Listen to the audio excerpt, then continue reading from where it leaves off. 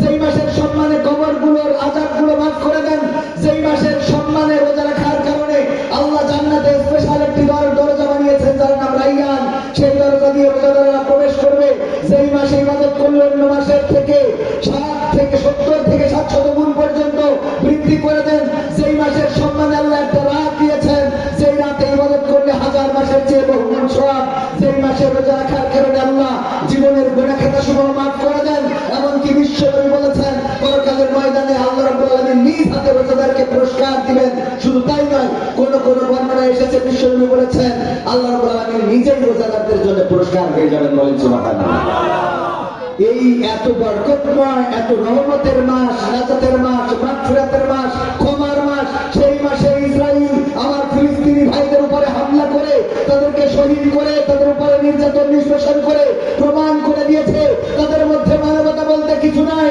তারা বিশ্বে যে মানবতার দোহাই দেয়, আমেরিকার ডোনাল্ড ট্রাম্পের মদত রয়েছে, তার মদত পুষ্ট এই সরকার ফিলিস্তিনকে নিশ্চিহ্ন করতে চায়। আল্লাহর কসম করে বলি, যদি মুসলিম জনতা জেগে না ওঠে তাহলে আল্লাহ রাব্বুল আলামিনের সাহায্য আসবে। এই মুসলমানেরা পরকালের ময়দানে বিচারের কাঠ গড়ায় দাঁড়াতে হবে। কারণ আপনার প্রতিবেশীর উপরে আক্রমণ হয়েছে, আপনি কথা বলেন নাই। আল্লাহর নবী বলেছেন যদি প্রতিবেশী হিন্দুও হয় আর তার উপরে যদি আক্রমণ হয়, যদি আপনি বাধা না দেন, প্রতিবাদ না করেন, এর জন্য আপনাকে বিচারের কাঠ গড়ায় দাঁড়াতে হবে। আর ফিলিস্তিনি ভাইরা তো আমাদের মুসলমান, আমাদের মুসলমান ভাই, আমাদের বোন, ছোট্ট ছোট্ট বাচ্চা শিশুগুলো, ওরা জানেই না ওদের অপরাধটা কি, যন্ত্রণায়। আমার এখানে একটা ক্ষত দেখতে পাচ্ছেন কি? দেখতে পাচ্ছেন? গতকালকে অ্যাক্সিডেন্ট করেছি, এখানে ক্ষত, এই যে হাতে ক্ষত, হয়তো আপনারা দেখতে পাচ্ছেন। একবার হাত ভেঙে গিয়েছিল অ্যাক্সিডেন্ট করে মালয়েশিয়া, প্রায় অ্যাক্সিডেন্ট করি। কালকে স্ত্রী কান্না করতেছে, আমি বললাম যে অ্যাক্সিডেন্ট করে তো বারবার ফিরে আসি, কোন একদিন দেখবো যে ফিরবো না, আসবো কিন্তু লাশ, আল্লাহ যাই চান সেটাই হবে।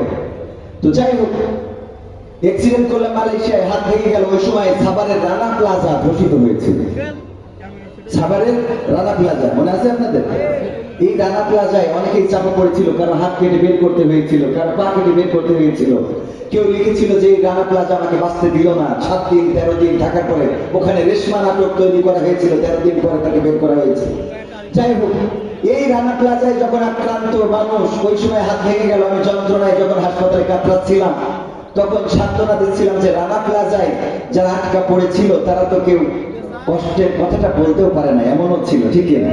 আমি তো হাসপাতালের বিছানায় বলতে পারছি। কালকে অ্যাক্সিডেন্ট করার পরে আমার ভাইয়ের সাথে কথা বলেছি, ভাই জানেই না যে আমি অ্যাক্সিডেন্ট করেছি। বললো যে আমি যখন কথা বললাম আপনার সাথে, আমি তো বুঝতেই পারলাম না যে আপনি অ্যাক্সিডেন্ট করেছেন। আপনি আমার বললেন যে ভাই গাড়ি নিয়ে যাইতে হবে, একসাথে যাবো ইনশাআল্লাহ। তারপরে ফেসবুকে দেখলাম আপনি অ্যাক্সিডেন্ট করেছেন। আমি এখনো যেটা আমার শান্তনা, সেটা হলো যে এটা তো সামান্য ক্ষত। আমার ফিলিস্তিনি ভাইদের যে ক্ষত, ছোট ছোট বাচ্চা শিশু, তারা জানেই না তাদের অপরাধ কি। কারো পা নাই, কারো হাত উড়ে গেছে, কারো ভাই মারা গেছে, কারো বোন মারা গেছে। ছোট্ট বাচ্চা শিশুরা দুধের জন্য কাতরাচ্ছে, মা নাই, বাবা নাই। এই বাচ্চা শিশুগুলো হাসপাতালের বিছানায়, যেখানে চিকিৎসা দেবে সেই হাসপাতালে আবার বোমা নিক্ষেপ করা হচ্ছে। 5 লক্ষ মানুষের পানি যেখান থেকে বন্টন করা হতো সেই জায়গাটা তারা ধ্বংস করে দিয়েছে। এখন 5 লক্ষ মানুষ সেখানে পান থেকে বঞ্চিত হচ্ছে। খাবার নাই, রমজানের মাস পড়া থেকে শুরু করে তারা ত্রাণটা বন্ধ করে দিয়েছে ইসরায়েল সরকার। খাবার নাই, পানি নাই, উপরের বোমা, নিচে আক্রান্ত, চিকিৎসা নেওয়ার জায়গা নাই। এই অবস্থার মধ্যে দিয়ে তাদের দিন যাচ্ছে। আমার তো সামান্যই ক্ষত, এইটা দিয়ে যদি আমি বলি ওরে বাবারে মরলাম রে গেলাম রে, হইল? কথা কয় না, হইল? কি জবাব দেবো আল্লাহর কাছে? কি জবাব দেবেন আপনারা? কি জবাব দেবে মুসলিম বিশ্ব? কি জবাব দেবে আরব সৌদি? কি জবাব দেবে কুয়েত, কাতার? কি জবাব দেবে তুরস্ক? কি জবাব দেবে মিশর? কি জবাব দেবে পাকিস্তান? কি জবাব দেবে বাংলাদেশ? যে মুসলমানদের উপর আক্রমণ হয়েছে, যদি মুসলিম বিশ্ব একযোগে প্রতিবাদ করে তাহলে ইসরায়েল রাষ্ট্রটা মানচিত্রে তো নাই, মানচিত্রে যতটুকু জায়গা দখল করে আছে সেই জায়গাটা বিচ্ছিন্ন করে দেওয়া সম্ভব। বলেন ঠিক?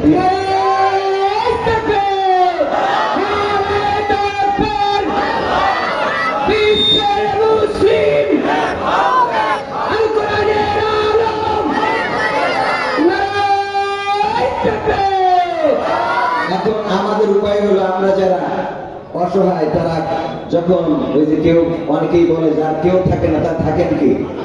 বলার জায়গাটা কোথায়? তো আল্লাহর কাছে আমরা বলি, আল্লাহ তুমি রহম করো রহমানুর রহিম, তোমার দয়ায় স্বাধীন করো আকসা ফিলিস্তিন, তোমার দয়ায় স্বাধীন করো আকসা ফিলিস্তিন। আল্লাহ তুমি রহম করো, আল্লাহ তুমি দয়া করো রহমানুর রহিম, তোমার দয়ায় স্বাধীন করো আকসা ফিলিস্তিন, তোমার দয়ায় স্বাধীন করো আকসা ফিলিস্তিন। বিপদ বালা মুসিবত আসে জানি তোমার থেকে, পরিত্রাণ যায় পাওয়া যায় মাওলা তোমায় রেখে, ঠিক না? বিপদ বালা মুসিবত আসে জানি তোমার থেকে, পরিত্রাণ যায় পাওয়া যায় মাওলা তোমায় রেখে। তোমার রহম ছাড়া প্রভু, তোমার রহম ছাড়া প্রভু হবে না স্বাধীন, তোমার দয়ায় স্বাধীন করো আকসা ফিলিস্তিন, তোমার দয়ায় স্বাধীন করো আকসা ফিলিস্তিন। হতাহত হয়েছে যারা, ভেঙেছে বাড়ি ঘর, আপন তুমি করে দিও কইরো না গোপর। হতাহত হয়েছে যারা, ভেঙেছে বাড়ি ঘর, আপন তুমি করে দিও কইরো না গোপর। নতুন করে সাজিয়ে দিও, নতুন করে সাজিয়ে দিও তুমি তাদের দিন, তোমার দয়ায় স্বাধীন করো আকসা ফিলিস্তিন, তোমার দয়ায় স্বাধীন করো আকসা ফিলিস্তিন।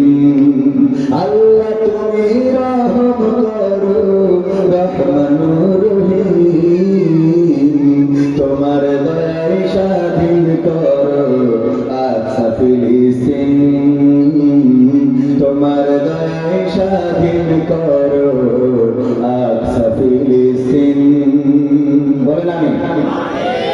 আলহামদুলিল্লাহ। কেন জোরে বলতে বলেছিলাম মনে আছে?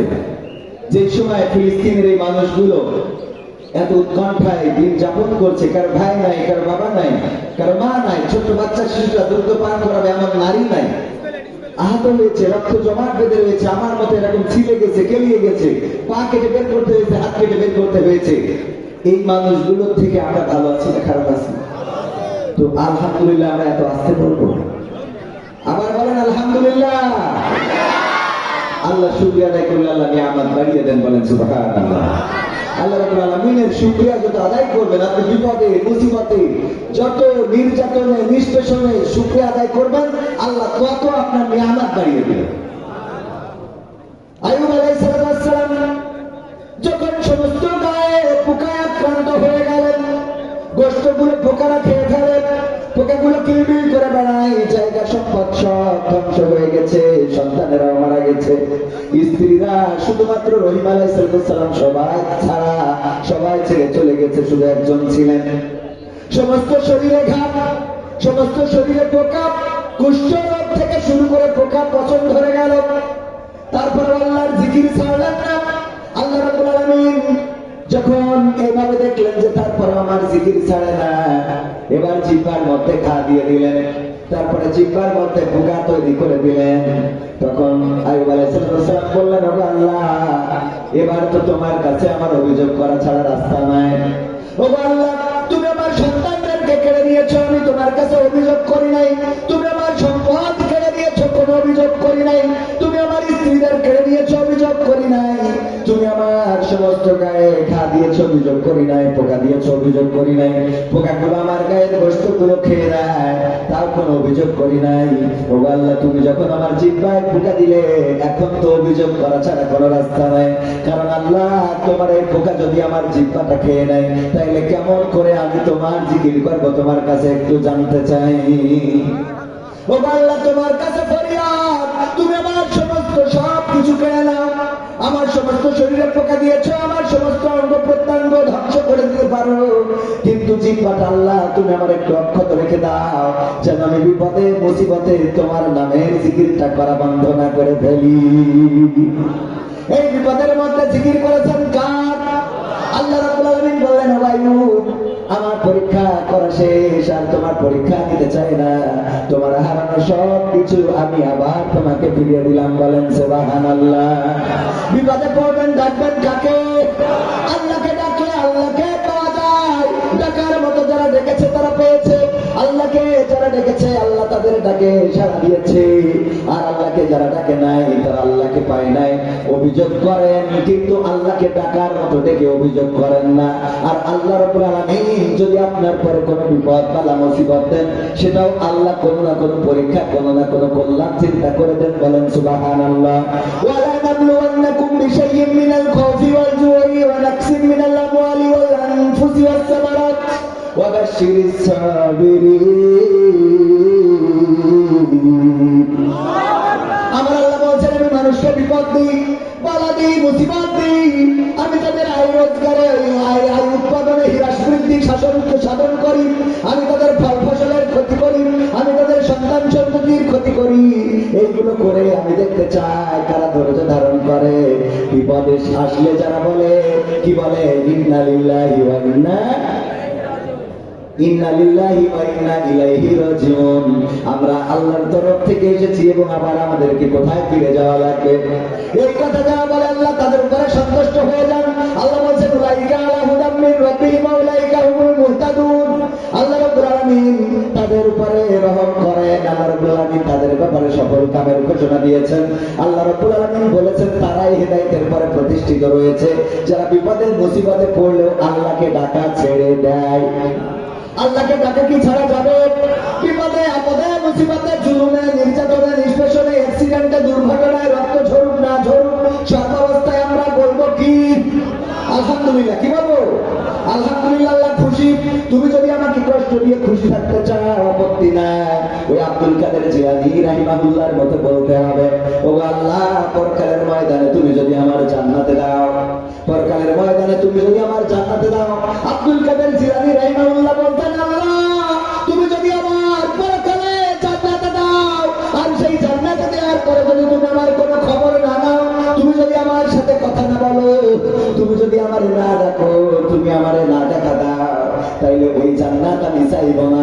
বরং তুমি যদি আমারে জাহান্নামে দাও, দেওয়ার পরে যদি জিজ্ঞাসা করো, আব্দুল কাদের জিলানী, এখন তুমি কেমন আছো, জাহান্নামে তোমার কেমন লাগে, যদি তুমি জান্নাতে রেখে আমার সাথে কথা বলো, আল্লাহ, আমি ওই জান্নাতের থেকে জাহান্নামটাই বেছে নেব। আমি জান্নাতের থেকে জাহান্নামটা বেছে নেব, কারণ তুমি আমার সাথে কথা বলবা, তুমি আমার খোঁজ দিবা, তুমি আমারে দেখা দিবা। ও আল্লাহ, তোমার জন্য নিবেদিত প্রাণ হতে চাই। আমার ইব্রাহিম আলাইহিস সালাম বলেছিলেন, ইন্নী ওয়াজ্জাহতু ওয়াজহিয়া লিল্লাযী ফাতারাস সামাওয়াতি ওয়াল আরদ হানিফান ওয়া মা আনা মিনাল মুশরিকিন। ইব্রাহিম আলাইহিস সালাম বললেন, আল্লাহ, আমি আমার মুখটা ঘুরিয়ে দিলাম সেই দিকে। এই আসমান জমিন যিনি সৃষ্টি করেছেন, এর মধ্যে যা কিছু আছে সব কিছুর মালিক যিনি, স্রষ্টা যিনি, আমি তার দিকে মুখ ঘুরিয়ে দিয়ে ঘোষণা করে দিলাম, আমি কোন মুশরিকদের অন্তর্ভুক্ত নই। আমি আওয়ামী লীগের না, বিএনপির না, জামাতের না, জাসদের না, বাসদের না, হেফাজতের না, আমি এক আল্লাহর জন্য নিজেকে সমর্পণ করে দিলাম। এই কথা বলার পরে আল্লাহ রাব্বুল আলামিন ইব্রাহিম আলাইহিস সালামের রক্ষা করেছেন না করে নাই? করেছে কিনা? এই জন্য আল্লাহ শিখিয়েছে আমাদের বিশ্ব নবীর মাধ্যমে, বলেছে, বিশ্ব নবী, তুমি তোমার উম্মতদের জানিয়ে দাও, কুল ইন্না সালাতি ওয়া নুসুকি ওয়া মাহইয়ায়া ওয়া মামাতি লিল্লাহি রাব্বিল আলামিন। আল্লাহর নবীকে জানিয়ে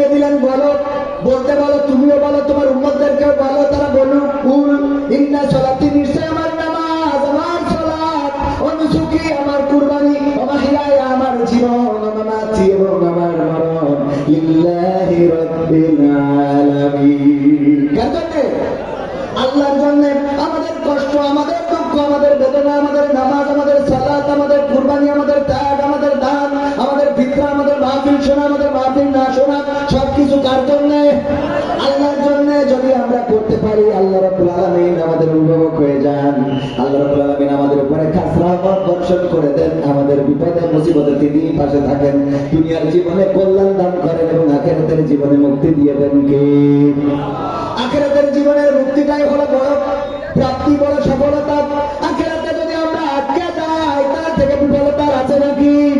রোজা রমজানের দিন, রোজার মাস, পবিত্র কোরআনের সূরা বাকারার কত নম্বর আয়াত যেন? 283 নম্বর। 183? হ্যাঁ, 183 নম্বর আয়াত।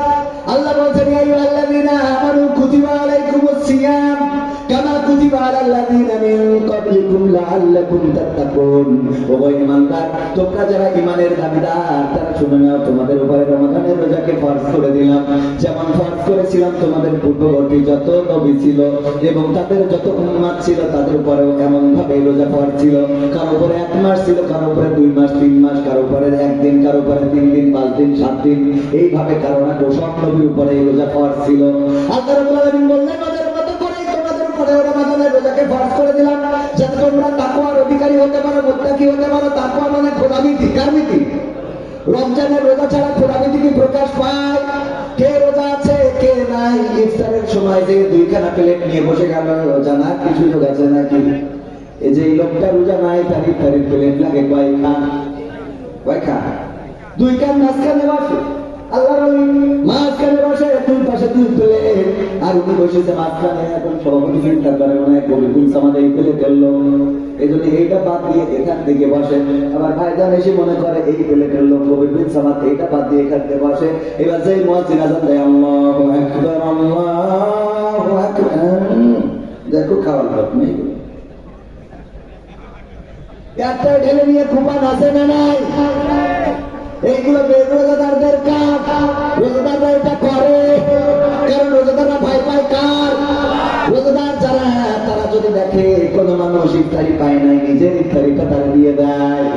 আল্লাহর নবী সাল্লাল্লাহু আলাইহি সাল্লাম বললেন, ওগো আমার সাহাবীরা শুনে নাও, যদি কোন রোজাদারকে ইফতারি করায়, ইফতারি করানোর কারণে ওই রোজাদার সকাল থেকে সন্ধ্যা পর্যন্ত, সুবহে সাদিক থেকে সূর্যাস্ত পর্যন্ত পানাহার বর্জন করে আল্লাহর সন্তুষ্টির জন্য রোজা রাখলো, কষ্ট করে যতটা সওয়াব পাইলো, শুধুমাত্র সন্ধ্যাবেলা একজন রোজাদারকে ইফতারি করানোর কারণে আল্লাহ রাব্বুল আলামিন ওই সমপরিমাণ সওয়াব এই ব্যক্তির আমলনামায় লিখে দেন। সুবহানাল্লাহ বলা যাবে না? আল্লাহর নবী বললেন, কিন্তু ওই ব্যক্তির সওয়াব থেকে 1 ফোঁটাও কমানো হয়, 1 ফোঁটাও কমায় না। আর আমরা ইফতারি দেওয়ার জন্য লোক খুঁজে পাই না। আমরা আরব দেশে গেলে, মালয়েশিয়ায় গেলে, অন্য দেশে মুসলিম রাষ্ট্রে গেলে দেখতে পাই যে ওই ইফতার নিয়ে দাঁড়িয়ে গিয়েছে রাস্তায়। মানুষ যখন যায়, সাইকেলে যায়, মোটর সাইকেলে যায়, তাদের গাড়িতে, তাদের মোটর সাইকেলে, বাইসাইকেলে, যেভাবেই যায় না কেন, তাদেরকে দাঁড় করিয়ে ইফতার দিয়ে দেয়, না ইফতারি করবা, বাড়িতে যাও। আর আমাদের দেশে খালি ধান্দা হলো কত খাওয়া যায়। আবার যদি ইফতারি একটু কমা হয়, তাইলে ওইটা মুখী হচ্ছে না, এখন খিচুড়ি ছাড়া কথা নেই। আমাদের এলাকায় আর যাই হোক খিচুড়ি লাগবে। কি লাগবে? আমাদের আলামিন ভাই আছে এখানে, ওদের আমাদের ইফতার মাহফিল, যুব জামাতের ইফতার মাহফিলে কিছু চুলা, কিছু বুট, কিছু ফল ফুললি দিয়ে ইফতারি দেওয়া হচ্ছে। সন্ধ্যাবেলা ইফতারের আগে বলছে, ভাই শুনে গেলাম, কেন? বলছে খিচুড়ি ছাড়া তুই বুঝ করতে পারি। আলামিন ভাই এখানে আসে, কোন মসজিদে গেছে বিরিয়ানি দিয়েছে, এই কারণে সেই মসজিদ বাদ দিয়ে কোন মসজিদে খিচুড়ি দিয়েছে শিখে গেছে। মানে বিরিয়ানি ওদের ভালো লাগে, খিচুড়ি ভালো লাগে। আমাদের অঞ্চলে, আপনাদের অঞ্চলে এরকম খিচুড়ি ইফতার আছে না নাই? মসজিদে খিচুড়ি দিতে হবে এবং সেই ইফতারি গুলো আবার যদি একটু কম বেশ হয়ে যায়, আজকে মরিচ বেশি হয়েছে, আজকে লবণ কম হয়েছে, আজকে এটা হইলে একটু ভালো হতো, এটা একটু কম, গোশ পড়ে নাই, আমার যে এটা খিচুড়ি পড়েছিল একটা গোশ পড়ে নাই, 3টা হাড় পড়েছে। এইগুলো বক্তব্য আছে না নাই? রোজা যদি আল্লাহর জন্য হয়, আপনার নসিবে, আপনার রিজিকে যেটা ছিল সেটা আপনার সামনে চলে এসেছে, এটা খাওয়ার পরে বলবেন আলহামদুলিল্লাহ। মনে থাকবে? কি বলবেন? আলহামদুলিল্লাহ। এই রমাদানের রোজার মাসে ইফতারি করাবেন। ইফতারি যদি কাউকে করাতে পারেন কোন গরিব দুঃখী তরমুজ কেনেন, অনেক বড় বড় তরমুজ আমিও কিনি, এই তরমুজ গরিব মানুষ কিনতে পারে না, কেজিতে বিক্রি হয়। ওই মধু মধু কি ওই কিরে না ওই কিরে মধু মধু রসমালাই ওর তরমুজ বিক্রি শেষ। ইউটিউবাররা যে এখানে ভিডিও নেয় না, আমার ছোট মাটিদের বাধা দিয়ে দিন ভাইরা আমার। ওই কিরে মধু এই যে তরমুজ গুলা এখন কেজিতে বিক্রি হয়, গরিবেরা কি কিনতে পারে?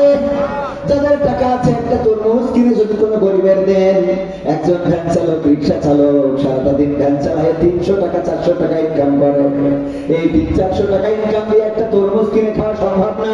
কারণ এই বছর আমি যেই কয়টা তরমুজ কিনেছি সবগুলো 300 টাকার উপরে, মোটামুটি যেগুলো ভালো সেইগুলো 300 টাকার উপরে। এই 300 টাকা দিয়ে তরমুজ কেনার মতো গরিব মানুষ যারা ভ্যান চালায় রিক্সা চালায় তাদের অ্যাবিলিটি আছে নাকি? আপনার অ্যাবিলিটি আছে, টাকা আছে, যদি একটা তরমুজ কিনে দেন, এই তরমুজটা সন্ধ্যাবেলা যদি বাড়িতে নিয়ে যায়, ছোট ছোট বাচ্চা শিশুগুলো খুশি হয়ে যায়, অনেকদিন পর বাড়িতে তরমুজ আসলো। একটা তরমুজ কিনে দিলেন, ওটা আপনার নাজাতের ওসিলা হয়ে যেতে পারে পরকালের ময়দান মুসিবতের দিন।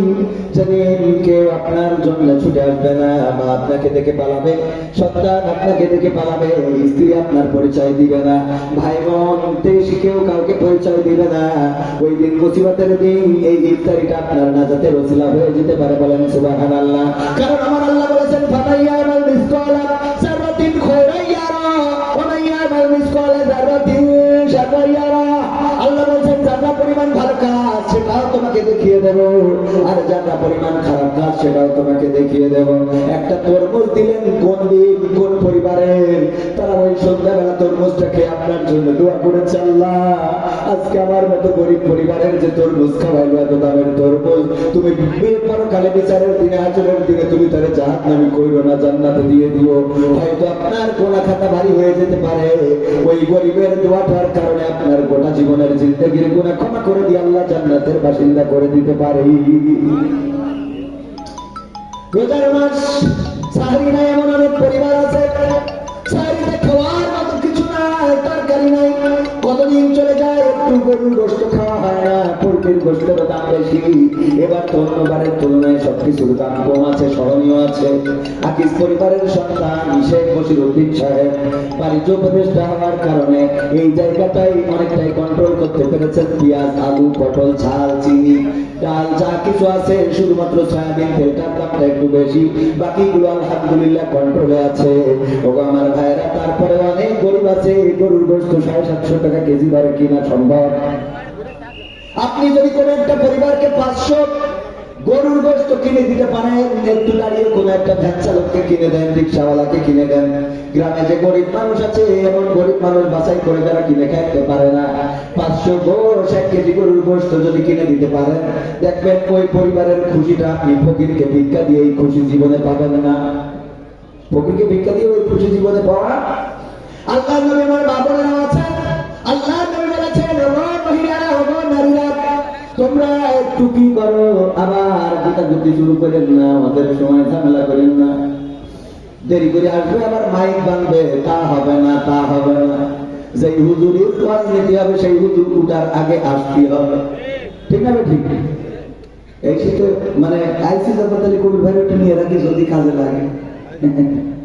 ও আমার ভাইরা, মা বোনদের ব্যাপারে বিশ্বনবী বলেছেন, ও নারীরা, তোমরা যখন রান্না করো ওই রান্নায় একটু পানিটা বাড়িয়ে দাও, ঝোলটা বেশি করো। কি করো? পানিটা বাড়িয়ে দাও, ঝোলটা বেশি করো, একটু তরকারি বেশি হবে। এই তরকারি একটা বাটি প্রতিবেশীকে দাও, এটাই হলো প্রতিবেশীর হক, প্রতিবেশীর অধিকার। এক বাটি তরকারি যদি একটু পানি বাড়িয়ে দিয়ে প্রতিবেশীকে দিতে পারেন, সেই প্রতিবেশী দিনের পর দিন চলে যায়, ভালো মন্দ খাইতে পারে না। সেই প্রতিবেশী একটু গোশত খাইতে পারে না, সেই প্রতিবেশী গরুর গোশত কেনার মতো পয়সা নাই, ওই প্রতিবেশীকে যদি একটা বাটি পোল্ট্রির গোশত বলেন, মুরগির গোশত বলেন রান্না করেছেন, একটু পানি বাড়ায় 2 পিস দিয়ে 2টা আলু দিয়ে যদি কোনো একটা গরিবের বাড়িতে বাটিটা পাঠিয়ে দেন, ওই গরিব মানুষেরা যে খুশি হবে, ওই খুশিটা আপনার জান্নাতের জন্য ওয়াজিব হয়ে যেতে পারে। বুঝি না, রমজানের মাস ভালো কাজের সাথে সম্পৃক্ত রাখতে হবে। জুতা খালি করতে গিয়েছেন, যে মুসিটা জুতা খালি করে ওই মুসি চিটার জুতা ক্যালি করার পরে আপনি যদি 20 টাকা হয় 30টা টাকা দিয়ে দেন, দেখবেন ওর আত্মাটা খুশি হয়ে যাবে। আপনি তরকারি কিনতে গিয়েছেন বাজারে, যেই দোকানে বেশি বেচা কিনা সেই দোকানে আমাদের গমন আছে না নাই? যেই দোকানটা বড় সেই দোকানে আমরা কেনাকাটা করি, একবারও চিন্তা করি না যে দোকানটায় কাস্টমার ঢোকে না সেই দোকানে যাওয়ার দরকার আছে না নাই? আল্লাহর নবী এমন একটা সমাজ করে দিয়ে গেলেন, এক ইহুদি কেনাকাটার জন্য মুসলমানের দোকানে গেল, যাওয়ার পরে বলল আমার এটা এটা এটা এটা দেন। বলতেছে এইগুলো তুমি ওই দোকান থেকে নিয়ে নাও, ওই দোকান থেকে এই পণ্যগুলো নিয়ে নাও, আমার দোকান থেকে তোমার নেওয়ার দরকার নাই। ওই ইহুদি চলে গেল, পাশের দোকানটা ছিল ইহুদির দোকান, ইহুদির দোকানে কেনাকাটা করলো। করার পরে মনে হলো যে আমি যেহেতু ইহুদি আর এই দোকানদার ওই ইহুদি, গিয়েছিলাম মুসলমানের দোকানে, উনি কেন আমার কাছে মাল বিক্রি করলো না জানার দরকার। আমি ইহুদি হওয়ার কারণে কি আমার কাছে মাল বিক্রয় করে? একটা শাড়ি পাইছি। রাত্রে শোয়ার সময় হুজুর জিজ্ঞাসা করতেছে, ও আমার স্ত্রী, শাড়িটা তোমার পছন্দ হয়েছে কিনা? বললো অনেকদিন পর একটা মনের মতো জিনিস পাইছি, এটা তো তুমি পছন্দ করো নাই, কারণ তোমার নজর ভালো না, তোমার তো দুইটা চোখ দেয় না, আল্লাহ দিয়েছে মারবেল, যে এটা দিয়ে ভালো কিছু তোমার চোখে পড়ে না। আমাদের ইমামুল হাসান দেখল কিনার কারণে এই শাড়িটা এত সুন্দর পাড়, এত সুন্দর সুতা, এত সুন্দর রং, এত সুন্দর ডিজাইন, আমার খুব পছন্দ হয়েছে। স্বামী বলতেছে, আমার স্ত্রী গো, তোমারে আমি কত ভালোবাসি, সেইটা প্রমাণ করার জন্য আজকে আমি একটু এই ছলছাতুরির আশ্রয় নিয়েছি। ও আমার স্ত্রী, আজকে যদি মারা যায় তাই আর মনের কথাটা বলা হবে না, তোমার মনের কথাটা বলে ঘুমাতে চায়, সেটা হলো আমি আমার টাকা দিয়ে নিজে পছন্দ করে তোমার জন্য নিজ হাতে এই শাড়িটা কিনে এনেছি। স্ত্রী বলতেছে, সত্যি সত্যি তুমি কিনেছ? বলছে, আমি কিনেছি তোমার জন্য, খুব পছন্দ করি। কথা তালিয়ে রং থাকবে, তালিয়ে ওর কি খুশি করা সম্ভব? বলেন।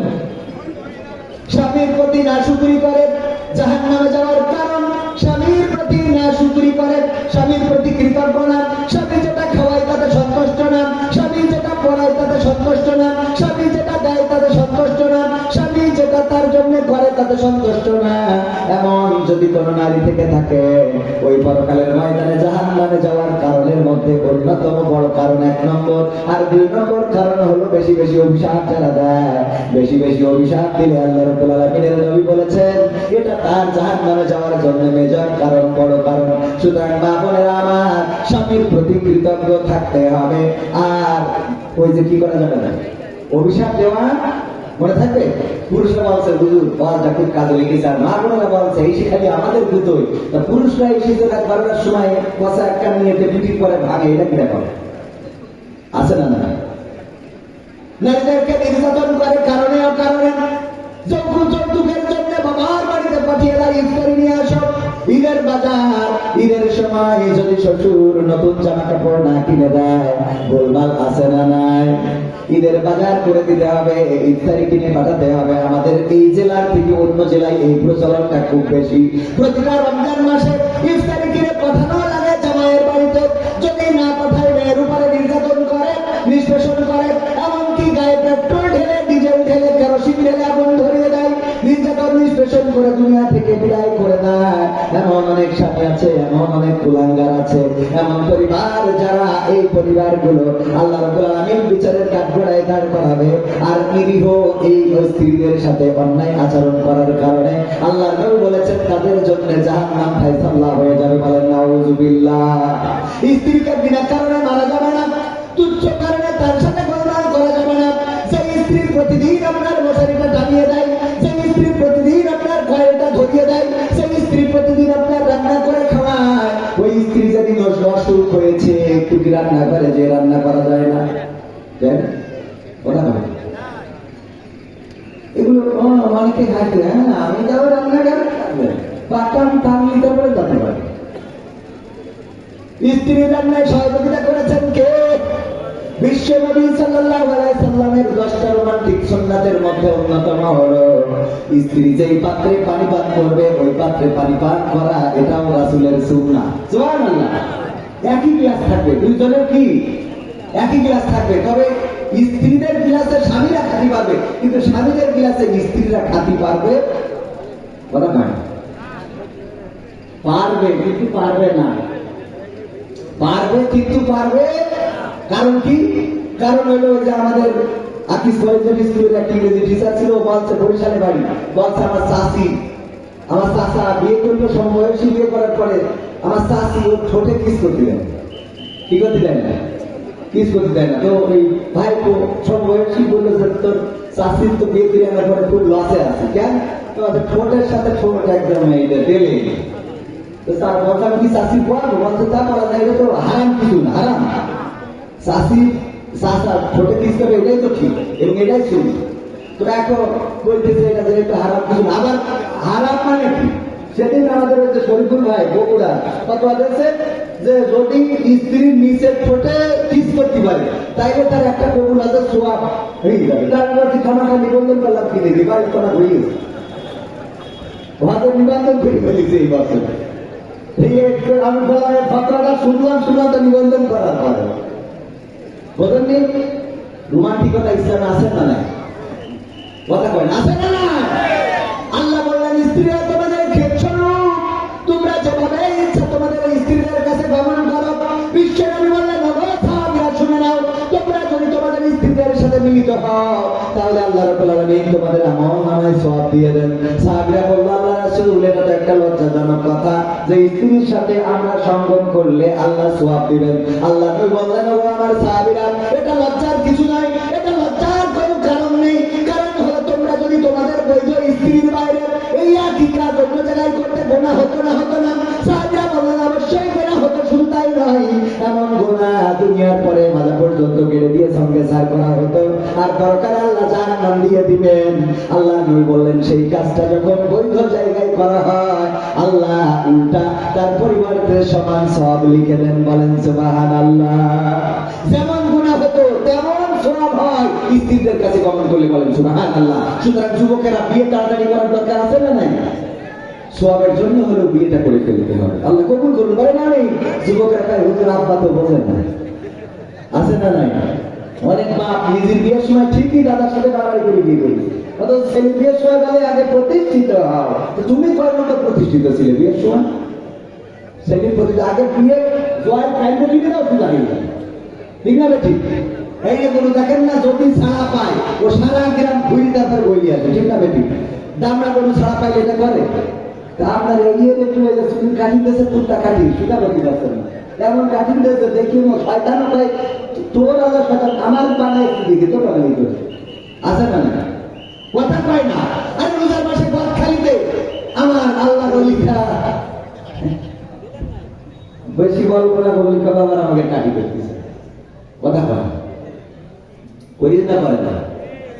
ধর্ষণ শুধু না, গণধর্ষণ। কি ধর্ষণ? গদখালিতে যা ফুল বাগানে যা একটু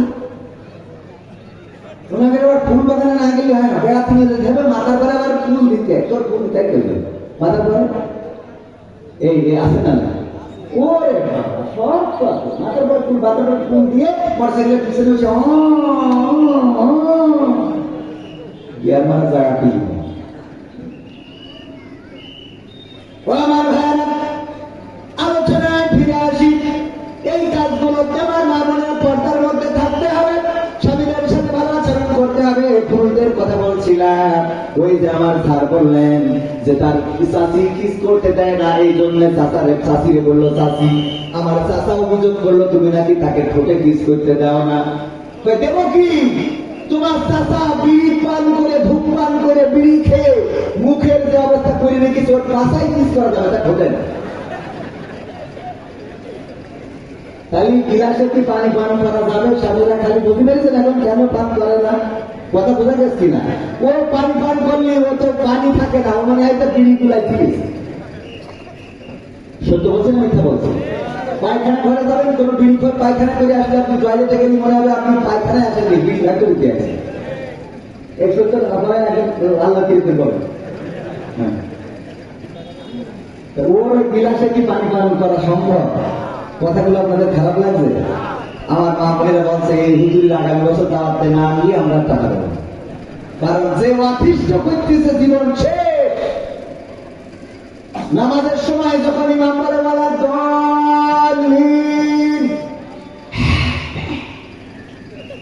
এই যে হামিল করে ছাড়লো, দুই কাঁধে ফেরেস্তা খাতা তুই চলে যায় যে পরে এসে দিতে এখন তুই আগে আমি বলে দে আমি পরে আসবো কারণ তোর মুখিটা যা বেরোলো আপনার থেকে থাকতে পারছি না ঠিক না ঠিক পাশে দাঁড়াইলে বোঝা যায় দেখবেন দিন করে পাশে দাঁড়াইলে নামাবে ও যখন আমিন বলে আমিনের বললে ওখানে দাঁড়ানো করতে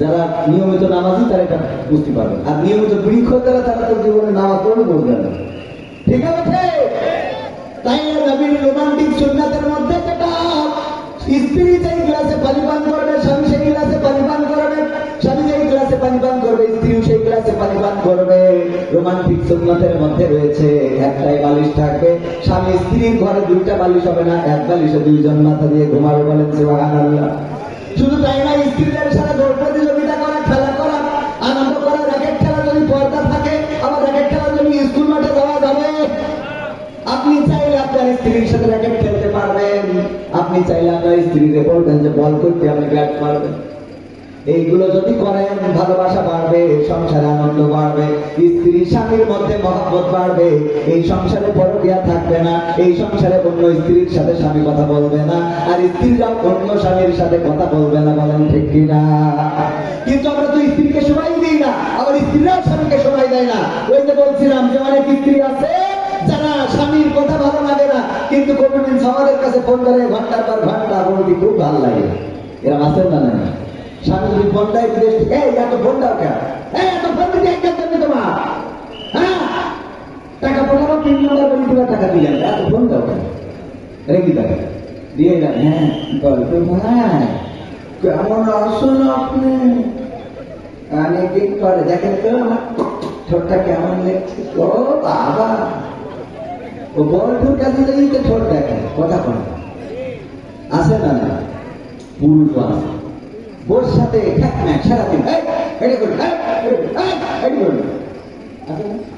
কিছু করলি মাথা একটু লবণ কম বেশি হয়েছে না ভালো হয় না তরকারি লবণ একটু কম বেশি লবণ কম হইল কেন বেশি হইল কেন আরে বাবা এই নিয়ে যে টর্চারিং করে না করি লবণ যেহেতু বেশি হচ্ছে ভালো কিছু করা যায় না তুমি আজকে বেগুন রাঁধতে চাও তোমার আছে হরিণের গোল রাঁধতে চাও লবণ একটু কম হইলে আর একটু ভালো হইতে ওরা খুশি হয়ে যাবে না ও পরের দিন আনন্দ আরো লবণ বাড়াবে মানে খুশির চোখে মানে উল্টো করে বিভাগ দেখে তো যাই হোক এইগুলো বলবেন স্ত্রীকে সুন্দর সুন্দর কথা বলবেন তা না আবার ওই যখন ভাবির সাথে কথা বলে হ্যাঁ ভাবি কেমন আছেন আল্লাহ হিদায়াত করুন বলেন আমি ওয়াকারনা ফি বুয়ুতিকুন্না ওয়ালা তাবাররাজনা তাবাররুজা জাহিলিয়াতিল উলা কথাটা কার আল্লাহ রাব্বুল আলামিন বলেন ও নারীরা তোমরা পর্দার মধ্যে থাকো জাহিলি যুগের মেয়েদের মতো সাজুগুজু করে নিজেদেরকে প্রদর্শন করে বেড়াইও না আর এখনকার মা বোনেরা সাজুগুজু করা তো যেমন তেমন ওরে আল্লাহ ঈদের মার্কেট গুলোতে এখন পুরুষ পাওয়া যায় না আজান দিয়ে নারী আছে না না নারীদের জন্য আমাদের ঢোকার কোনো কায়দা নাই আমার তর্ক বিতর্ক শুরু করা যায় আমি এক দোকানে গেলাম কাপড় দেখার জন্য আমার পরে এসেছে এক মহিলা আসার পর আমাদের ছুটিপুরের বাজারে আসার পর আমাকে কাপড় দেখাচ্ছে উনি খালি করে আমার দেখান আল্লাহ এটা কিনা আমার দেখান আমার দেখাচ্ছেন না কেন মানে আমি দেখতেছি আমার দেখাচ্ছে ও খালি বলতে চাই বলেন আছে আপনার সমস্যা নাকি বলেন আমার দেখাবে না দেখাবে আপনার আমি কাস্টমার আগে দিতে হবে আমার তারপর দেখাবে তারপর আমরা দেখবো আমি কাস্টমার আমার দেখাবে আপনারও দেখাবে একসাথে দেখাবে ওরে বাবা ওরে আমি তো হুজুর মানুষ মানে হুজুর মানুষ আমি মানে মেরি করতাম কারণ হুজুর মানুষ মালিক আমার পরে বউ মেরেছে কিন্তু মারিছি না কেন সেটা তো বলতে হবে কথা কয় না আমার সাথে শুরু করে দিবে মনে হয় আমি বাড়ি বাড়ি হবে এই অবস্থা নারীদের এদের পরকালে কি হবে আল্লাহ বলল পর্দার মধ্যে থাকো চাইনি যুগের মেয়েদের মতো সাজুগুজু করে নিজেদেরকে প্রদর্শন করে বেড়াও না আর এখনকার মা বোনেরা সাজুগুজু তো করেই গুরু কাটি তারপরে এই যে আইলা সাইলা পাইলা টিপ নুকটা যা কিছু আছে সব দিয়ে তারপর বুরকা পরে বাড়িতে যখন যায় তখন মনে হয় জান্নাতুল ফেরদাউস বেরোয় ঠিক না ঠিক আর বাদখালি যাওয়ার পরে ওর মধ্যে যে ঢোকে সেই জাহান্নামে টিপি নিয়ে বাড়ি চলে যায় কথা কয় না আছে না আপনি মনে করছেন হুজুর খালি এইসব কথা বলতেছে এগুলো তো আমাদের মানে অনেক টাকা আছে মুরব্বী আছে যদি বলি আপনার নাতিটা দেখলাম এই যে অবস্থা বদখালি দেখলাম আর একজনের মোটরসাইকেলের পিছনে হাত ধরে বলি ও গো বাপু কারের সময় ও আগে ছিল না, এখন হয়ে গেছে, এখন হয়ে গেছে, আছে না? ও যে তোর কি জাহান্নামে নিয়ে যাচ্ছে, পরকালে বলবে যে বাবা দাদা ওগুলো ধরো, কথা বলে ঠিক না ঠিক? এই জন্য পর্দা করাতে হবে, সাজুগুজু করা বন্ধ করাতে হবে। আর এই সাজুগুজু গুলো যখন করে, নাই ক্রিম মেখে কালো মানুষটা পরিষ্কার হয়ে গেছে। আমার গ্রামেও দেখি যে লোকটা ছিল কালো, যে মেয়েটা কালো, হঠাৎ 4 মাস 5 মাস 1 বছর পরে দেখা যায় যে সব ভপকি পরিষ্কার। এই পরিষ্কার ছেলেরা প্রতারিত হয়, মেকআপ থেকে প্রতারিত হয়। এইগুলো দেখে বলে আমি ওরা ছাড়া বাঁচবো না। আর বিয়ের পরে বিপদে পড়ে যাই, 1 বছরের পরে এবার গান গায়, আমি পারি না আর পারি না, আমি কেন মরি না, আজাই চিনে না আমার গো, আমি পারি না আর পারি না। হয়তো 2 দিন পরে মরবো, আগে মরলে কি ক্ষতি, ওরে এই দুনিয়ার রং তামাশা বুঝলাম না এক রতি। ও আমার ঘরে রমণী, সেজে কালো না দিনি, বেনাপোলের বিউটি পার্লার আমার বাজাইছে 12টায়, আমি পারি না আর পারি না। ঠিক না বেঠে? বিপদে পড়ে যাই। ওই যে উদাহরণ দিতে বলি, এক বিউটি পার্লারের মালিকের নিয়ে যে একটা বক্স দিয়েছে, আইফোন 16 প্রো ম্যাক্স, দাম কত? ওই 80,000, 2 লাখ টাকা, 2 লাখ টাকার উপরে আইফোন 16 প্রো ম্যাক্স। কত নিয়ে যেয়ে দিয়েছে বিউটি পার্লারে? যে আপনার দিলাম, কিসের জন্য? কয় গতকালকে আমার স্ত্রী আপনার এই বিউটি পার্লার থেকে সেজে গিয়েছিল। তাতে কি, আমি খুশি হয়েছি, এই জন্য দিলাম। কি খুশি হইলি? বলছে আল্লাহ এর জন্য আরো 3টে দিয়ে আইফোন 16 প্রো ম্যাক্স, এত দামে ফোন। ওমা বক্স তুলি দেখে, ওর মধ্যে কি এর আইফোন 16 প্রো ম্যাক্স, তুলি দেখে ওর মধ্যে নোকিয়া 1100, গাড়ার মারা বাদলটা দুটোই লিখে লিখা রয়েছে কি, এখন কেমন লাগে এখন। কারণ কালকে তুমি যে মালদারে সাজাইছো, 1 বছরের পরে যখন আমি বিয়ে করে নিয়ে যে ঘুমটা উঠালাম, তখন দেখলাম পরিমণির খেলায় তো বোন, কিন্তু সকালবেলা গোসলের পরে দেখি নোকে 1100 গাড়ার মারা বাতো নইন্দুরি খেয়ে গেছে। আছে না? তুমি সাজাইয়ে দিলে এমন মাল, আমি 1 বছরে সব শেষ হবে। এখনকার ছেলেরা একটু চালাক, চেহারা দেখার আগে পাত্রীকে তাকায় দেখে নেটওয়ার্ক আছে কিনা। ঠিক না বেটা? আর যারা বোঝে না তাদের বুঝাইতে হবে, তো না বলে যতই মেকআপ করেন কাজে লাগবে। কারণ পায়দার গেলে টাওয়ার পাচ্ছে কিনা, যদি দেখেন মুখের সাথে পার নেটওয়ার্কের মিলে একটা ওয়ারিদার একটা গ্রামীণ, তাইলে বলবেন যে ভেজাল আছে না? একটা ওয়ারির একটা গ্রামীণ, এইটা যদি হয় এয়ারটেল আর গ্রামীণ, তাইলে বলবেন ভেজাল আছে, ওইটারে বিয়ে করা যাবে। আগের সময় যদি আমার চেচারা, আমার মুরব্বীরা, হুজুররা বিয়ে করতে চাইতো, তাদের মুরব্বীরা যেত মেয়ে দেখার জন্য, যাওয়ার পরে জিজ্ঞাসা করতো, মা কোরআন পড়তে পারো কিনা? বলতো পারি। তাইলে 2টা আয়াত পড়ে শোনাও। কোরআনটা বের করে দিত, 2টা আয়াত পড়ে শোনাতো। তারপরে বলতো নামাজের আরকান আহকাম কয়টা, তারপরে বলতো ওযুর ফরজ কয়টা, তায়াম্মুমের বিধান কি, তারপরে সূরা ইয়াসিন মুখস্থ আছে কিনা, আর রহমান পারো কিনা, আয়াতুল কুরসি, কুরসিটা হবে কিনা, দোয়াই গ্রুপটা বলো, দুরুদে ইব্রাহিমটা হবে কিনা। এইগুলো জিজ্ঞাসা করার পরে যখন দেখতো সবকিছুতে 100তে 100, বলতো যে যা খুশি হয়েছি, মেয়েটা যদিও একটু কালো, রঙে যদিও একটু মরা, জাতের পানি, জাতের মেয়ে কালো ভালো, নদীর পানি খোলা ভালো, সুতরাং এই মেয়েটাকে বিয়ে করা বা ছেলের জন্য বৌমা করা যায়। আর এখনকার সময় মেয়েদেরকে দিয়ে জিজ্ঞাসা করে কি, মুরব্বীরা জানি না, যাই পান যাওয়ার পরে মেয়ে এসে যদি সামনে আসে, এসে করে আগে একটা চোখ কি করে, এটা চোখ একটা নাকি দেয়, এটা কি বলে, যে কথা তো ছিল দেখলে ঠিক আছে।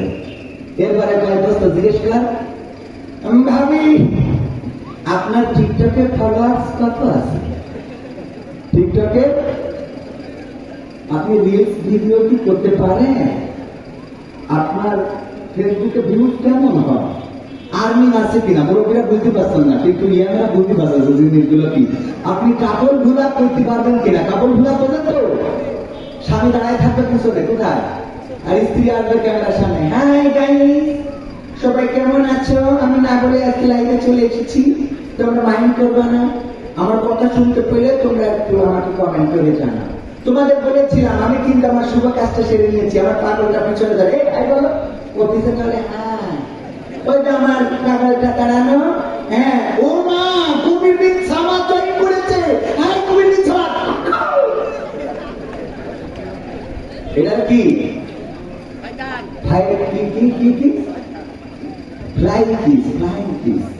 আছে না নাই? এইগুলো করে জাহান্নামের রাস্তা ক্লিয়ার করে দিচ্ছে, জাহান্নামের দিকে ধাবিত হচ্ছে।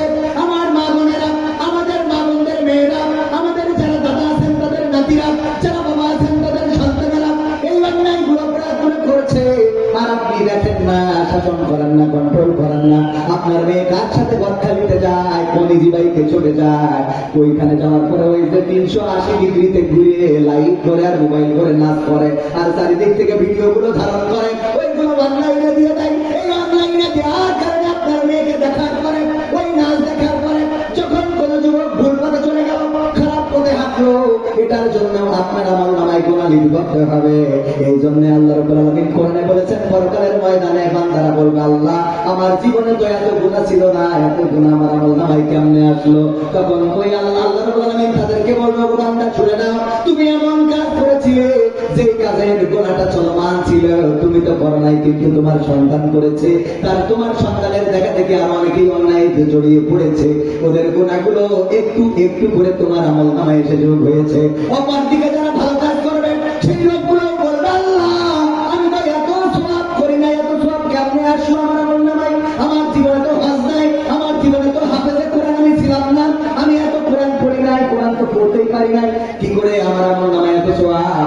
আল্লাহ রাব্বুল আলামিন বলবেন, তুমি যে মাদ্রাসা কোকা ইউনিয়ন দারুস সালাম হাফিজিয়া নুরানিয়া ও কওমিয়া মাদ্রাসার যে মাহফিল হয়েছিল, ওই মাহফিলের মাধ্যমে টাকা দান করেছিলে, কোরআনের হাফেজদের জন্য পাগড়ি কিনে দিয়েছিলে, তাদের টুপি কিনে দিয়েছিলে, তাদের বোর্ডিং এর ব্যবস্থা করেছিলে, লজিং এর ব্যবস্থা করেছিলে, টিফিন বাক্সে করে খাবার দিয়েছিলে। ওরা যখন কোরআনের হাফেজ হয়েছে, ওই কোরআনের হাফেজ হওয়ার কারণে তোমার আমল নামায় হাফেজে কোরআনের সওয়াবটা আমি আল্লাহ লিখে দিয়েছি। বলেন সুবহানাল্লাহ। তাহলে আমরা কোন কাজটা করবো? ওই 380 ডিগ্রিতে নাচবো নাকি কোরআনের মাদ্রাসার সাথে সম্পর্ক রাখবো? মাদ্রাসার সাথে যদি সম্পর্ক রাখতে পারেন, কোরআন পড়বে আমার কোরআনের হাফেজেরা, হাদিস পড়বে আমার কোরআনের হাফেজেরা, আপনি ঘরে বসে বসে সওয়াব পাবেন। এমনকি এই মাদ্রাসা কিয়ামত পর্যন্ত জারি যদি থাকে, কিয়ামত পর্যন্ত সাদাকায়ে জারিয়া হিসাবে আপনার আমল নামায় সওয়াব পৌঁছাতে থাকবে। বলেন সুবহানাল্লাহ। এই জন্য কোরআনের সাথে সম্পর্ক রাখার দরকার আছে না নাই? কোরআনের সাথে সম্পর্ক রাখবো।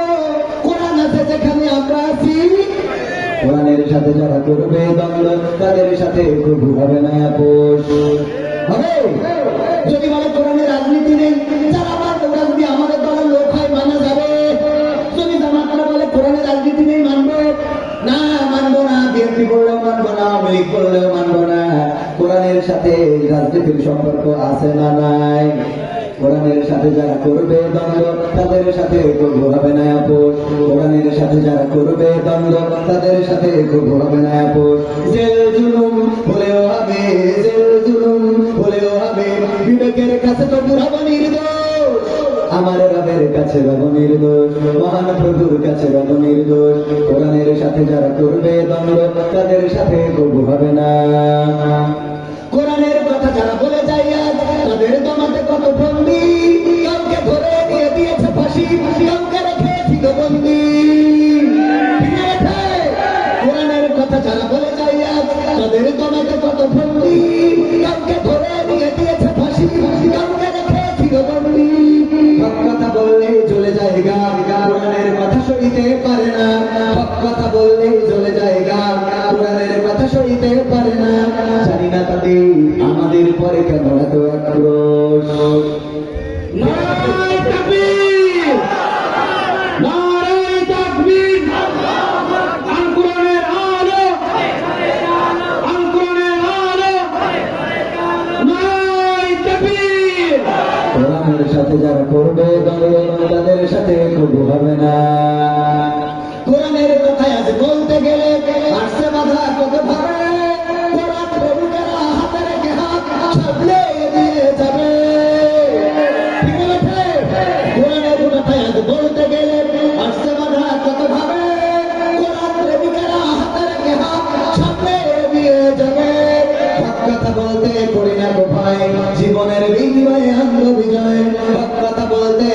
নেব ভয়, জীবনের বিনিময়ে আনব বিজয়। বুকে আছে শক্তি, অন্তরে আছে সাহস। আছে না? জেল জুলুম ভুলেও হবে, জেল জুলুম ভুলেও হবে, বিবেকের কাছে তো রব নির্দোষ। আমার রবের কাছে রব নির্দোষ, মহান প্রভুর কাছে রব নির্দোষ। কোরআনের সাথে যারা করবে দ্বন্দ্ব, তাদের সাথে কবু হবে না। আপোষ করা যাবে, কিন্তু আমাদের সমস্যা হলো, বলবো কোরআন পড়তে ভালো লাগে, কোরআন শুনতে ভালো লাগে, কোরআন জানতে ভালো লাগে, কোরআন মানতে ভালো লাগে না। ঠিক আছে? কোরআন পড়তে ভালো লাগে, কোরআন শুনতে ভালো লাগে, কোরআন জানতে ভালো লাগে, কোরআন মানতে ভালো লাগে না। নামাজেতে পড়লে কোরআন মনটা শীতল হয়, গাড়ির তেলাওয়াত শুনিলে প্রাণ জুড়িয়ে যায়।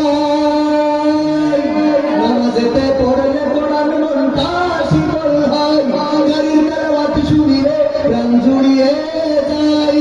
সেই কোরআনের ব্যাখ্যা দিলে কলিজাতে আগুন জ্বলে, সেই কোরআনের ব্যাখ্যা দিলে অন্তরেতে আগুন জ্বলে। বিরোধিতাও চলে কেন তা জানি না।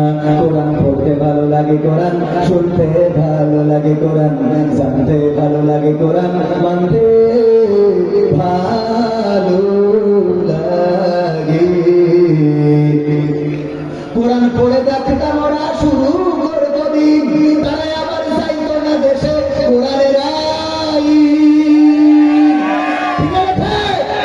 কোরআন পড়ে দেখতাম ওরা কারা, আল্লাহর ওলিরা। কোরআন পড়ে দেখতাম ওরা শুরু করে দিন, তারাই আবার চাইতো না দেশে কোরআনের আইন। এটা যে কেমন নীতি, তাই তো এ দুর্গতি করছে মনের ক্ষতি কেন তা বুঝি না। কোরআন পড়তে ভালো লাগে, কোরআন শুনতে ভালো লাগে, কোরআন জানতে ভালো লাগে, কোরআন মানতে ভালো লাগে। কোরআন বুকে চুমু খাওয়ার লোকের গায়ে অভাব, সেই কোরআনের বিরোধিতা আবু জাহেলের স্বভাব। কোরআন বুকে চুমু খাওয়ার লোকের গায়ে অভাব, সেই কোরআনের বিরোধিতা আবু লাহাবের স্বভাব। মানবা সুবিধা মতো তাই এই বুকে ক্ষত, মানবা সুবিধা মতো তাই এই বুকে ক্ষত। দেখলে এমন কিছু সইতে পারি না। কোরআন পড়তে ভালো লাগে, কোরআন শুনতে ভালো লাগে, কোরআন জানতে ভালো লাগে, কোরআন মানতে ভালো লাগে। এমন আল্লাহর ওলি আছে না নাই, যারা কোরআন পড়তো, সকালবেলা কোরআন পড়ে দিনের শুরু করতো। আগে যাই নামাজ খুলতো, তারপরে নামাজ আদায় করতো, তারপরে কোরআন পড়তো, তারপরে দিনের শুরু করতো। এমন আল্লাহর ওলি পরেজগার বান্দা, তাদেরকেও এই দেশের মানুষ চিনল না রে। ঠিক আছে? চিনতে কি পেরেছে? যদি চিনতে পেরেছে তাহলে কি দাদার দেশে যাওয়া লাগতো? আমার দাদার দেশ অভিযোগ করে আমাদের দেশে নাকি সংখ্যালঘু নির্যাতন হচ্ছে। এই আমেরিকার যে গোয়েন্দা প্রধান এসেছে, তার দিয়ে বলা হয়েছে যে বাংলাদেশে সে আতঙ্কিত যে বাংলাদেশে সংখ্যালঘু নির্যাতন আছে, বলেছে না? আমি বললাম এই বাংলাদেশে আমরা একটু রিসার্চ করি, গবেষণা করি। আসেন আমার সাথে, আপনারাও গবেষণা করেন, 5 তারিখের পরে আপনার এলাকায় যত হিন্দু আছে, এই হিন্দুদের কোন মন্দিরে, কোন বাড়িতে, কোন জমিতে কি আঘাত করা হয়েছে? কোন হিন্দুর কি দেশ ছাড়া লেগেছে? না, লাগে নাই।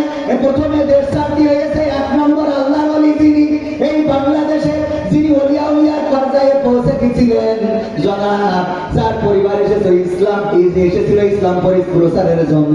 বঙ্গবন্ধুর সুযোগ্য কন্যা 560টি মসজিদ বানাইছে আল্লাহর ওলি শেখ হাসিনা হাফিজাহুল্লাহ। ঠিক না বেটা? এর মতো আল্লাহর ওলি একজন আছে। তাই প্রথম দেশ গেছে আল্লাহর ওলি, সে মুসলমান না হিন্দু, সংখ্যাগরিষ্ঠ না সংখ্যালঘু? সংখ্যাগরিষ্ঠ। 2 নম্বর হযরত মাওলানা শামীম ওসমান রাহিমাহুল্লাহ। ঠিক আছে, এমন কোন রাত নাই 80 রাকাত 90 রাকাত তাহাজ্জুদের নামাজ না পড়ে ঘুমান। আমি তো আমার সারা জীবনে নেই, আপনি বলছেন এমন কোন রাত নাই, আমরা মাসেও করি না, কথা কয়। তাহলে ওর মতো পরহেজগার কি আর আছে? এই আল্লাহর ওলি সংখ্যালঘু না সংখ্যাগরিষ্ঠ? 3 নম্বর আউলিয়া জনাব দরবেশ হাফিজাহুল্লাহ সালমান রহমান। দাড়ি এত বড় দেখি মনে হয় শহীদ মতিউর রহমান নিজামী মনে হয় আবার ফিরে এসেছে, কথা কয় না। এত বড় দাড়ি দেখে মনে হয় জামাতের আমির। এই লোকটার আমরা ধরলাম তো ধরলাম, সে নৌকায় চড়লো, চড়ার পরেও ধরা খাওয়ার পরে এবার বলছে ও আমার দরদি আগে জানলে তোর ভাঙা নৌকায় চড়তাম না। ঠিক আছে, ভাঙা নৌকায় চড়তাম না, এই বিপদে পড়তাম না। ওরে বর্ডারেতে খাইলাম ধরা, বিসিটাও তো পাইলাম না। আগে জানলে তোর ভাঙা নৌকায় চড়তাম না। ঠিক আছে, এই দরবেশে সালমান রহমান দরবেশ বাবা, সে আল্লাহর ওলি, তারও আমরা দেশ ছাড়া করার জন্য সে চলে যাচ্ছিল। ধরে তার রিমান্ডে নিলাম, নির্যাতন করলাম। সে সংখ্যালঘু না সংখ্যাগরিষ্ঠ? কথা কয় না, সংখ্যাগরিষ্ঠ। তারপরে 4 নম্বর আউলিয়া ওবায়দুল কাদের হাফিজাহুল্লাহ।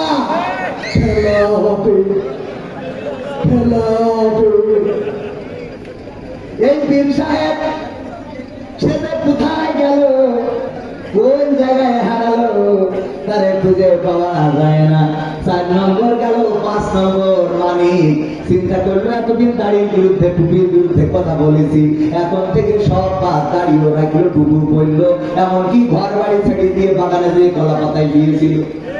ঠিক আছে, কলা পাতায় গিয়ে রয়েছে, ধরেছে থেকে কিছু পেয়ে বিসি তুল্লি মেশিনের আর দাম আছে? ঠিক না বেঠে? আমার ভাইরা, এই আল্লাহ বলিরা সংখ্যালঘু না সংখ্যাগরিষ্ঠ? কথা কয় না।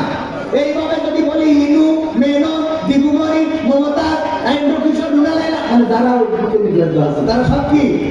সব সংখ্যাগরিষ্ঠ, সব মুসলমান। আর আমার দাদারা বলে এই দেশে সংখ্যালঘু নির্যাতিত হয়। তাহলে আমার প্রশ্ন হলো, নির্যাতিত হচ্ছে তো ইরা যদি সংখ্যালঘু হয় তাহলে আল্লাহর ওলিগুলো কই? আর ইরা যদি আল্লাহর ওলি হয় তাহলে সংখ্যালঘু কই? কথা কয় না। আমার কথা অনেক বোঝেননি। নাসিরুদ্দিন হোসা অনেকদিন পরে 1 কেজি গরুর গোশত কিনেছে, কিনে নিয়ে স্ত্রী বলছে রান্না করো, বেশি খাবো, ভালো করে চলতে রান্না। স্ত্রী রান্না করি, ও তো মেলাদিন ধরে গরুর গোশত খায় না। আগের সময় নারীরা কি মোটামুটি নারীরা পুরুষরা 1 কেজি গরুর গোশত বেশি খাওয়া কোনো ব্যাপার ছিল না। ও কড়াইতে খাতি 1 কেজি গোশত তেজ মারা শেষ। এবার চিন্তা করলো কি পারবো, স্বামীর কি জবাব দেবো? মেয়েদের একটু বুদ্ধি বেশি থাকে, ঠিক না বেশি? হঠাৎ দেখা যাচ্ছে বল্টুর সাথে কথা বলতে, ভাই তোমাকে আদর আমার ভালো লাগে না, একটু ভিডিও কল দাও তো। আচ্ছা এমনি ঠিক আছে, তাহলে কথা বল। হঠাৎ যদি স্বামী এসে বলে কার সাথে কথা, এ ভাই তুই এসে বেড়াই গেছে ভাই, তোর কতদিন দেখিনি ভাই, তোর কথা খুব মনে পড়ে। আরে ছোটবেলায় একসাথে কত মারাখুলি খেলতাম, একদম সাথে সাথে বলি আসছেন চ্যানেল আলাদা। কথা কয় না, বিটি ছিল সাথে সাথে স্টার জলসা, অথবা স্টার জলসা ছিল সাথে সাথে বিটি। কথা কয় না, এত মজা করি কথা দিচ্ছিল তো হঠাৎ তুই কামারি হয়ে যায়। আর ও বলে পরে আবার ফোন করে তাই বুঝতে পারি লেখা, হ্যাঁ বুঝলাম যে ও মানুষের লিখেছে।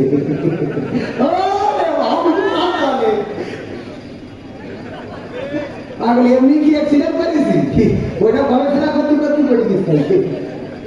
আল্লাহ মাফ করুন, বলে না আমার ভাইয়েরা।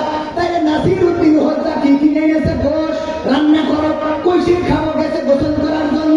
গোসল করে সেই স্ত্রীকে বলতেছে, স্ত্রী নিয়ে আসো গোস্ত কোথায়? স্ত্রী তো খাইতে খাইতে সব শেষ।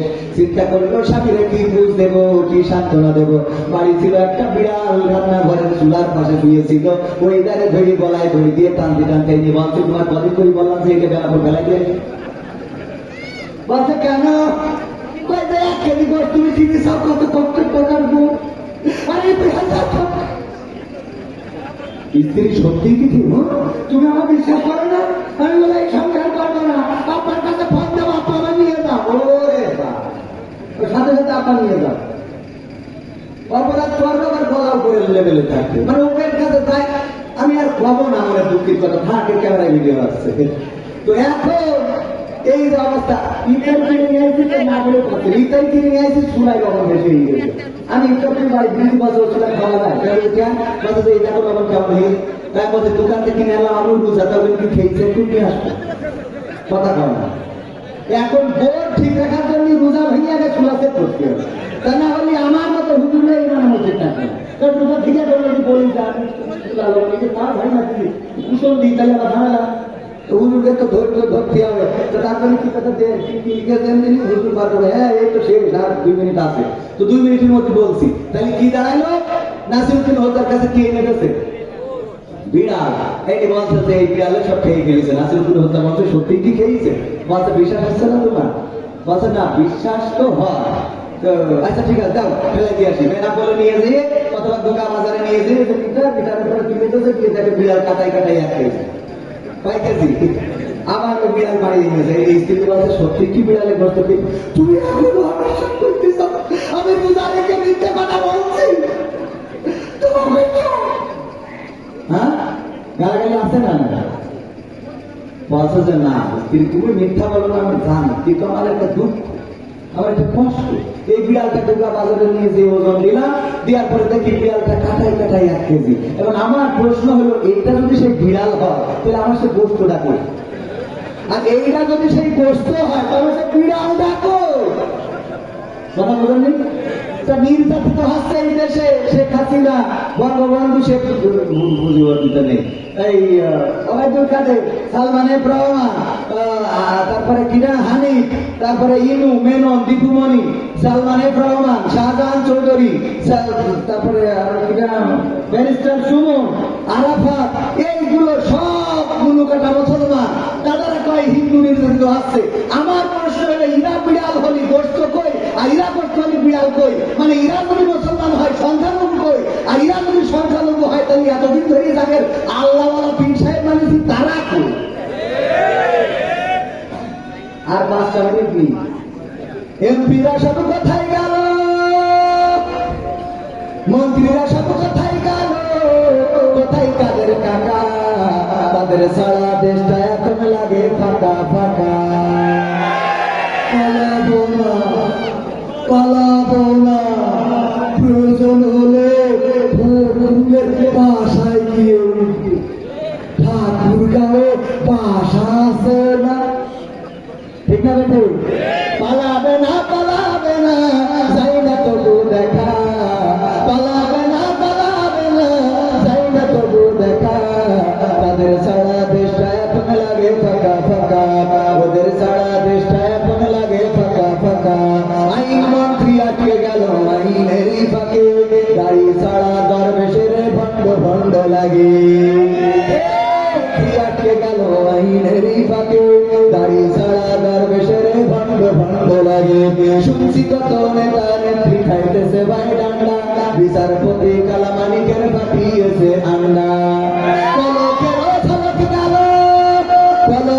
ঝলক গেল থামিয়ে নেটের চাকা, তাদের সারা দেশটা এখন লাগে ফাঁকা ফাঁকা, ওদের সারা দেশটা এখন লাগে ফাঁকা ফাঁকা। ওই গেল সেই সংসদেতে মমতাজের গান, কোথায় গেল হযরত বালা স্বামী মুসলমান, সেই সংসদেতে মমতাজের গান, কোথায় গেল হযরত বালা স্বামী মুসলমান। ইনু মেনন দীপুমণি আছে কারাগারে, মাফ করিলে পাপ কখনো সারে কি আর তারে, কোথায় গেল স্পিকারের দৃষ্টি আঁকা বাঁকা, তাদের সারা দেশটা এখন লাগে ফাঁকা ফাঁকা, ওদের সারা দেশটা এখন লাগে ফাঁকা ফাঁকা।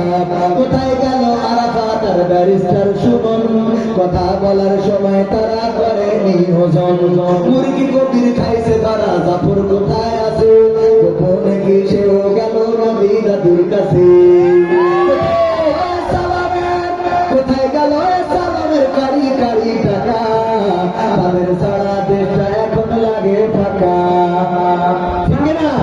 সম্মানিত ভাইয়েরা আমার, যারা ইসলামের বিরুদ্ধে অবস্থান নিয়েছিল, যারা চেয়েছিল, আল্লাহ রাব্বুল আলামিন বলেছেন ইউরিদুনা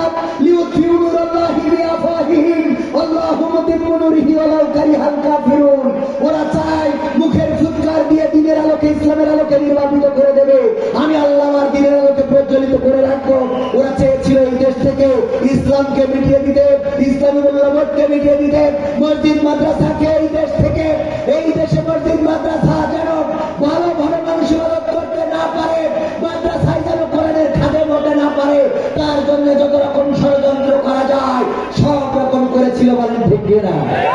ষড়যন্ত্র কি ঠিক আছে? মসজিদ আছে, মাদ্রাসা আছে, আলেম আছে, ওলামা আছে, মামুনুল হক আছে, আমির হামজা আছে, কিন্তু যাদেরকে তারা নিঃশেষ করে দিতে চেয়েছিল তারা এই বাংলাদেশে নাই, বলেন ঠিক কিনা? এখনো যারা ইসলাম নিয়ে ষড়যন্ত্র করছে তাদেরকে স্পষ্ট করে দিতে চায় অধ্যত্তকারীদের অবস্থান বাংলাদেশে হবে না। এই বাংলাদেশ রক্ত দিয়ে এনেছি, জীবন দিয়ে এনেছি, রক্ত দিয়ে এই দেশের স্বাধীনতা সার্বভৌমত্ব রাখবো। যারা মনে করে এই দেশের স্বাধীনতাকে বিপন্ন করবে, আল্লাহর কসম করে বলি তাদের স্বপ্ন পূরণ হবে না। এখন বাংলাদেশের মানুষ সিদ্ধান্ত নিয়েছে সব দল দেখা শেষ, দাড়ি টুপির বাংলাদেশ। ঠিক না বেঠা? সব দল দেখা শেষ, দাড়ি টুপির বাংলাদেশ। সব দল দেখা শেষ, কোরআনের বাংলাদেশ। সব দল দেখা শেষ, কোরআনের বাংলাদেশ। এই কথা বললে যদি কেউ মনে করেন জামাতের কথা বলেছি, চরমনের কথা বলেছি, না, আমি বলবো যারা এই কোরআনের পক্ষে বলবে তারা যদি বিএনপির হয় আমরা তাদের লোক, তারা যদি আওয়ামী লীগের হয় আমরা তাদের লোক, তারা জাসদের বাসদের পর যদি হয় কোরআনের পক্ষে থাকি আমরা তাদের লোক। কিন্তু জামাতে ইসলাম যদি কোরআনের বিপক্ষে দাঁড়িয়ে যায়, আল্লাহর কসম করে বলি এই জামাতের বিরুদ্ধে আমাদের আন্দোলন। ঠিক না বেঠা? সুতরাং ভুল বুঝার কোন সুযোগ নেই। কোরআন আছে যেখানে, আমরা আছি সেখানে। আমরা আমাদের সব দেখেছি ইতিপূর্বে এই দেশে ইসলামের জন্য, দেশের জন্য, কোরআনের জন্য রক্ত দিয়েছে মুসলমানেরা, মাদ্রাসার ছাত্ররা, আলেম ওলামারা, মসজিদের ইমামেরা, খতিবেরা, ইসলামী আন্দোলনের নেতা কর্মীরা। কোন রাম বাম রক্ত দেয় নাই। সুতরাং এই দেশে রাম বামের পরিকল্পনা সফল হবে না।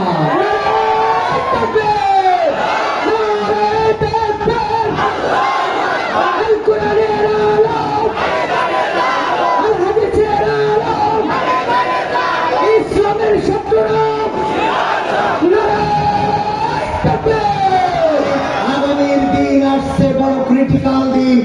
ষড়যন্ত্র চলছে, ছিনতাই লীগ, ডাকাত লীগ, ধর্ষণ লীগ, শ্রমিক লীগ, রিক্সাওয়ালা লীগ, আনসার লীগ, এক একটা নামে যে দাঁড়াচ্ছে রাজপথে। দেখতে দায়ী শিক্ষক বহু বছর ধরে চাকরি করে, প্রতিষ্ঠানের নাম জানে না, দেখেছেন কিনা? সুতরাং ষড়যন্ত্রকে যদি মোকাবেলা করতে হয় তাহলে অবশ্যই সোচ্চার থাকতে হবে। যদি আইন প্রশাসনের লোক দিন সুনির্দিষ্ট কোন পদক্ষেপ গ্রহণ না করে, জনগণ লাঠির মাথায় আইন তুলে নিতে হবে। ডাকাত কয়টা পায়ে দড়ি মেনে উল্টা টান বেঁধে উল্টা টানানোতে ডাকাত কমেছে না কমে নাই? ধর্ষণকারী পাবেন, উল্টা টানাবেন, পৃথিবী থেকে বিদায় করে দেবেন। আইনের কাজ যদি আইন না করে জনগণ করে দেবে। ঠিক আছে? আইনের কাজ আইন না করলে জনগণ করে দেবে। স্পষ্ট করে বলে দিতে চায় আগামীর দিনে বাংলাদেশে ষড়যন্ত্র করে পার পাওয়া যাবে না। 1400 ছাত্র, 14,000, 15,000 ছাত্র যদি জীবন দিতে পারে তাহলে বাংলাদেশের লাখো মুসলিমও জীবন দিতে। সুতরাং দিনের ডাক যদি আসে, কোরআনের ডাক যদি আসে, আল্লাহর পথে জান মাল দিয়ে যদি সংগ্রাম করতে পারে, রাজপথে যদি নামতে পারে, বুকের রক্ত যদি ঢালতে হয়, সেই রক্তের সাগরে সাঁতার কেটে কেটে একটি রক্তাক্ত বিপ্লবী কালেমার পতাকা, কোরআনের পতাকা বাংলার জমিনে উড়াতে রাজি কারা কারা দেখতে চায়?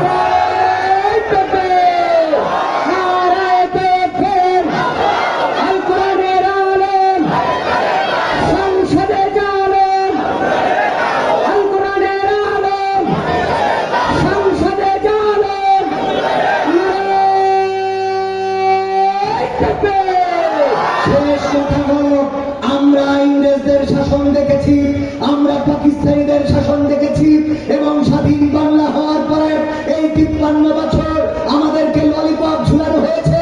কেউ বলেছে নতুন বাংলাদেশ গড়া হবে, কেউ বলেছে সোনার বাংলাদেশ গড়া হবে, কেউ বলেছে সবুজ বাংলাদেশ গড়া হবে, কেউ বলেছে স্মার্ট বাংলাদেশ গড়া হবে, কেউ বলেছে ডিজিটাল বাংলাদেশ গড়া হবে। আর স্মার্ট বাংলাদেশ গড়তে চেয়ে স্টেজ পর্যন্ত ভেঙে ফেলেছে, বলেন ঠিক কিনা? আমরা নতুন বাংলা দেখতে চাই না, সবুজ বাংলা দেখতে চাই না, সোনার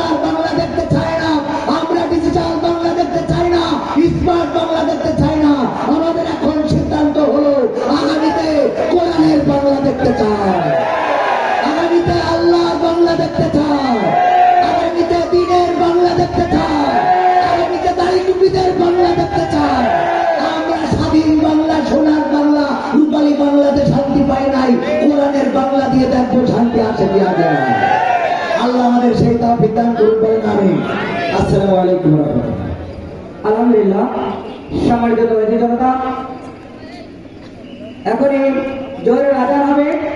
বাজারের 2টা মসজিদ, সেখানেও 1:15 আজান হবে। আমরা যারা এখানে আছি স্টেজের সামনে নামাজ হবে, 1:15 জামাত হবে। যাদের ওযু নাই 1:15 জামাত হবে, যাদের ওযু নাই এখানেও জামাত হবে ইনশাআল্লাহ। বাজারের 2টা মসজিদে 1:15 জামাত, এখানেও জামাত হবে। যাদের ওযু নাই মাদ্রাসার পশ্চিম পাশে এবং পিছনে ওযুখানা আছে, এরপরে আপনার পুকুরি সম্মানরা আছে, যাদের ওযু নাই ওযু করে আসেন। সম্মান হাজিরিন, আরেকটি আনন্দের সংবাদ, সেটা হচ্ছে আমাদের দাওয়াতীয় কাঙ্ক্ষিত মেহমান ছিল 3 জন।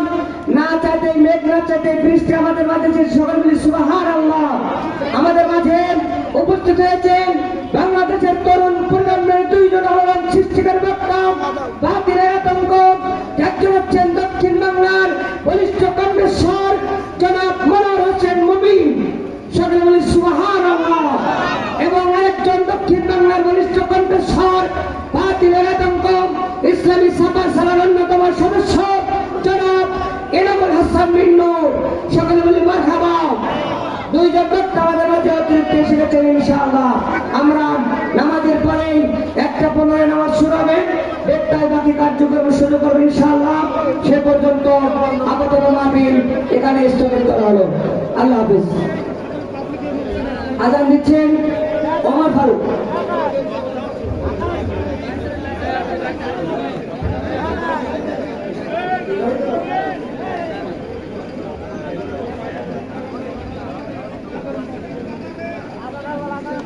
আল্লাহু আকবার,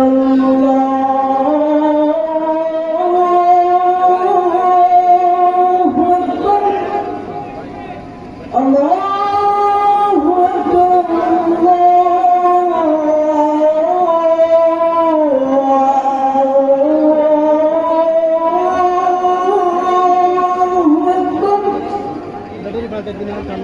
আশহাদু আল্লা ইলাহা ইল্লাল্লাহ,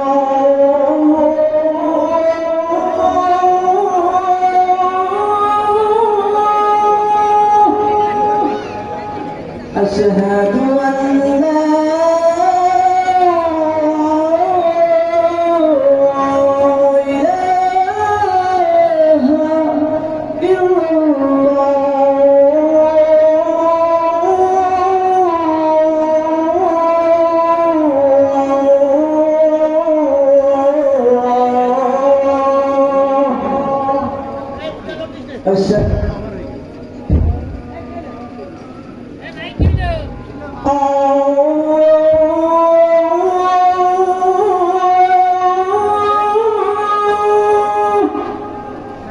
أشهد أن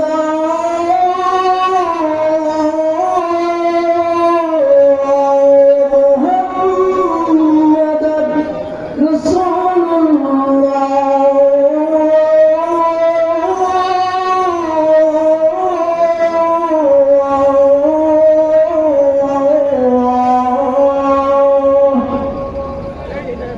حي على الصلاة.